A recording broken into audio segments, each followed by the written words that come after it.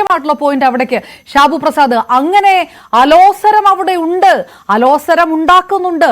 യോഗി ആദിത്യനാഥിനെതിരെ അത്തരം റിപ്പോർട്ടുകൾ വരുന്നുണ്ട്. റിപ്പോർട്ടുകൾ പ്രവർത്തകരുടെ പാർട്ടി പ്രവർത്തകരുടെ റിപ്പോർട്ടുകൾ ക്രോഡീകരിച്ചിട്ടുള്ള റിപ്പോർട്ട് അങ്ങോട്ട് പോകുന്നുണ്ട്. പ്രസ്താവനകൾ വരുന്നുണ്ട്, ഉപമുഖ്യമന്ത്രിയുടെ പ്രസ്താവനകൾ എക്സിലടക്കം വരുന്നുണ്ട്. ഇതൊക്കെയുണ്ട്. അപ്പോൾ അലോസരങ്ങളുണ്ട്. ഈ അലോസരങ്ങൾ ഉണ്ടാക്കി വിടുന്നത് ആരാണ്? ആരുടെ ലോങ് ടേം സ്ട്രാറ്റജിയാണ് അത്? കേന്ദ്ര നേതൃത്വത്തിലെ ആർക്ക് വേണ്ടി ആരാണ് ചെയ്യുന്നത്? ഇത് ഉറ്റുനോക്കുന്ന ആ ലോങ് സ്ട്രാറ്റജി എന്താണ്? മോദിക്ക് ശേഷമുള്ള പിൻഗാമി മറ്റാരെങ്കിലും, യോഗി എന്ന് പറയുന്ന ഒരാൾ ഒരിക്കലും ആ ഭാഗത്തേക്ക് വരരുത് എന്ന് കരുതുന്ന ആരെങ്കിലുമാണോ? താങ്കൾ ആ പാർട്ടി അനുഭാവിയായി നിന്നുകൊണ്ട്, അതിനകത്ത് തന്നെ നിന്നുകൊണ്ട് അതിനെങ്ങനെയാണ് കാണുന്നത്? എൻ്റെ അപർണ, ഇതൊക്കെ നിങ്ങളുടെ നിഗമനങ്ങളും നിങ്ങളുടെ ആഗ്രഹങ്ങളും അല്ലേ ഈ പറയുന്നത്. ഇങ്ങനെയൊക്കെ സംഭവിക്കണം. മോദിക്ക് യോഗി ആദിത്യനാഥിനെതിരെ അവിടെ വലിയൊരു പടയൊരുക്കം നടത്തുന്നു. അതിന് കേന്ദ്ര നേതൃത്വത്തിലുള്ള ചിലരുടെ പിന്തുണ. അങ്ങനെ നടന്ന് അവസാനം യോഗി ആദിത്യനാഥ് നരേന്ദ്രമോദിക്ക് ഭീഷണിയാകാതിരിക്കാൻ വേണ്ടി നേരത്തെ വെട്ടുക, ചവിട്ടുക, പാലം വലിക്കുക, തലകുത്തി മറിക്കുക, ഇതൊക്കെ പറഞ്ഞില്ലേ ഞാൻ. അതാണ്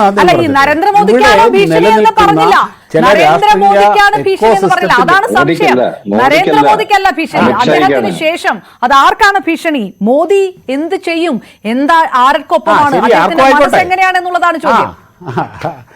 ശരി, ഓക്കെ, ഓക്കെ, അതോടൊക്കെയല്ലേ. ഒരു കാര്യം ഞാൻ പറയാം. മോദിയുടെയും യോഗിയുടെയും ഒക്കെ മനസ്സ് ഈ നാട്ടിലെ ജനങ്ങൾക്ക് വേണ്ടിയാണ്, ജനങ്ങൾക്കൊപ്പമാണ്. അതാണ് അതിനുള്ള ഒറ്റ വാക്കിലുള്ള ഉത്തരം.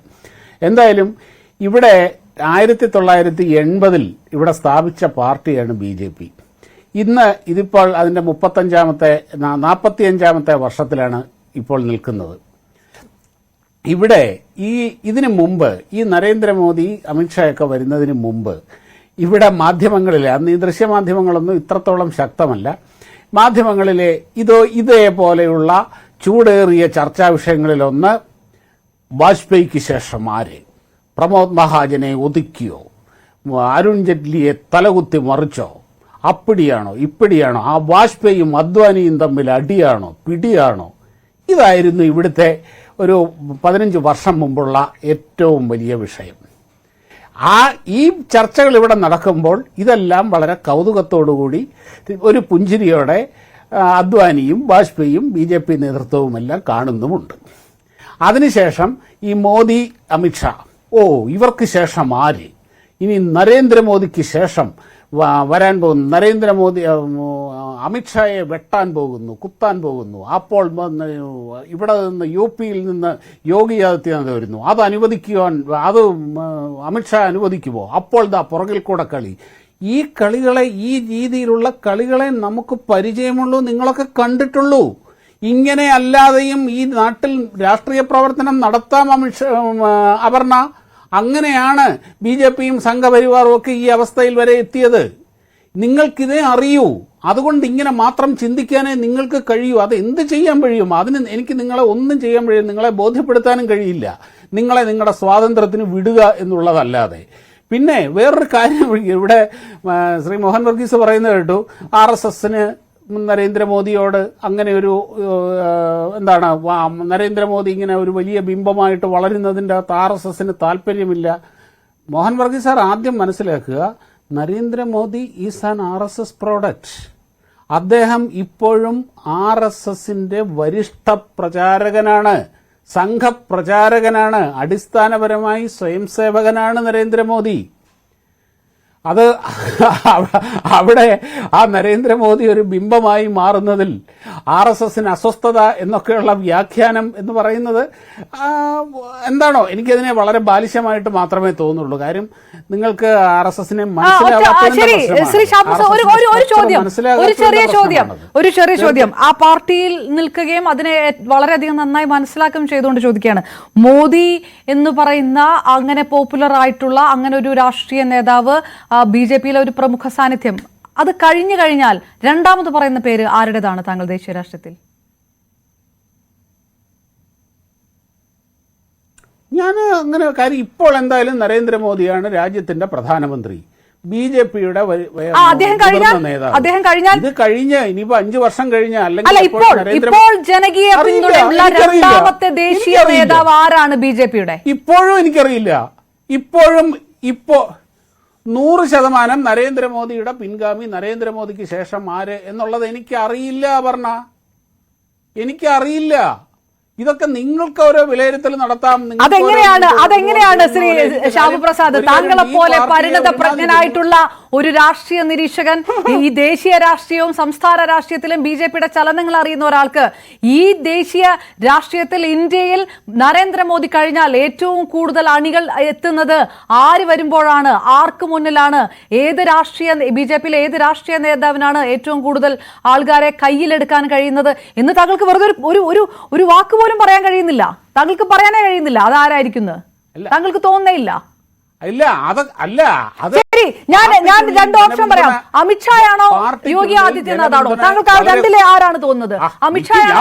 നിങ്ങൾ ചോദ്യം ചോദിക്കുക മാത്രം, ഞാൻ ഉത്തരം പറയണ്ടേ? ഇതിക്ക് പറയുന്നത് കേൾക്കൂ. പാർട്ടിക്കുള്ളിൽ ജനപിന്തുണ ഉള്ളവരും കുറഞ്ഞവരും കൂടിയവരും ഏറിയും കുറഞ്ഞുമൊക്കെ ധാരാളം നേതാക്കന്മാരുണ്ട് ഈ പാർട്ടിക്കകത്ത്. ഒരു കാര്യം ഞാൻ പറയട്ടെ, 2001 മുമ്പ് ഇവിടുത്തെ മാധ്യമങ്ങൾക്ക് നരേന്ദ്രമോദി എന്ന പേരറിയാമായിരുന്നോ? ഒരു കുഞ്ഞിനും ഒരു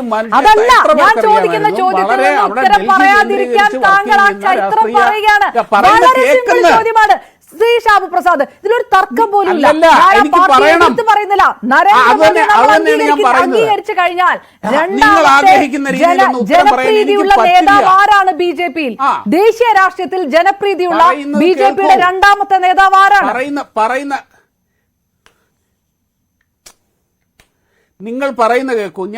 തൽക്കാലം ഞാൻ സംസാരിക്കട്ടെ, എന്നിട്ട് ഞാൻ അതിലേക്ക് നിങ്ങളുടെ ഉത്തരത്തിലേക്ക് തന്നെയാണ് ഞാൻ വരുന്നത്. എനിക്ക് പലതും പറയാനുണ്ട്. നിങ്ങൾ പറയുന്ന പോലെ ഒറ്റ വാക്കിൽ യെസ് ഓർ നോ, ഇത് കോൻബനേഗ ക്രോർപതി യുടെ ചെയർ അല്ല ഇത്.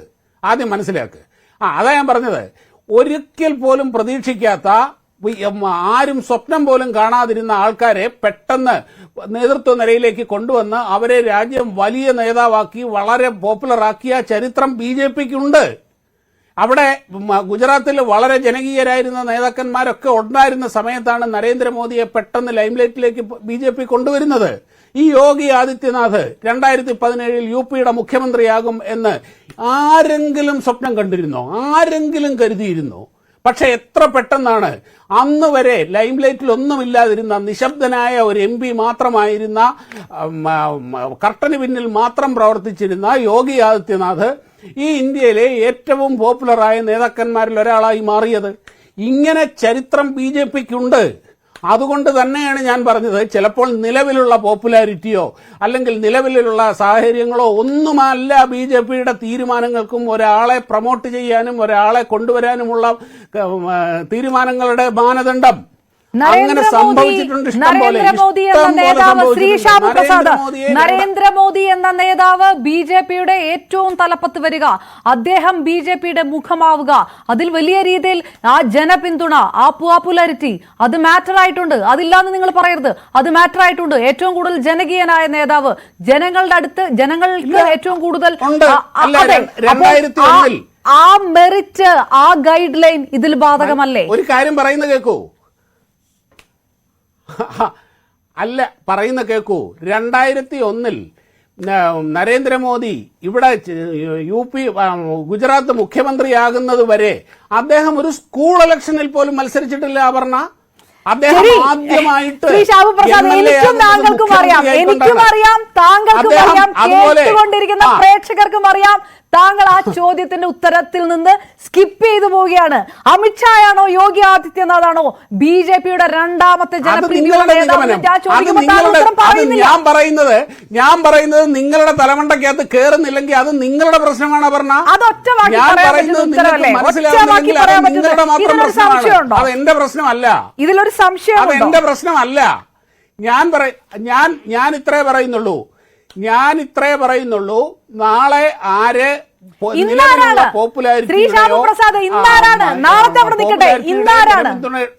അടിസ്ഥാനത്തിലാവില്ല. ഇന്നാരാണ് നാളെ അവിടെ നിൽക്കട്ടെ. ഇന്നാരാണ് യോഗി ആദിത്യനാഥുണ്ട്, അമിത്ഷാ. പറയുന്ന കേൾക്കൂ. രണ്ടാമനെന്നോ മൂന്നാമനെന്നോ ഒന്നുള്ള കണക്കൊന്നും എനിക്കറിയില്ല. അതായത് ഇപ്പൊ BJPക്കുള്ളിൽ പോപ്പുലർ ആയിട്ടുള്ള ധാരാളം നേതാക്കന്മാരുണ്ട്. അതിന്റെ തൂക്കം നോക്കി, അളവും തൂക്കവും ഒക്കെ നോക്കി നിങ്ങൾ നിഗമനങ്ങളിൽ എത്തിക്കൊള്ളുക. അല്ലാതെ അതിന്റെ എനിക്ക് തോന്നുന്നു ഞാൻ താങ്കളെ വല്ലാത്തൊരു വിഷമവൃത്തത്തിൽ പെടുത്തുകയാണ് ശ്രീ ഷാബു പ്രസാദ്. താങ്കൾ ഈ പാർട്ടി അനുഭാവി കൂടി ആയതുകൊണ്ട് താങ്കൾക്ക് ഏതെങ്കിലും ഒരു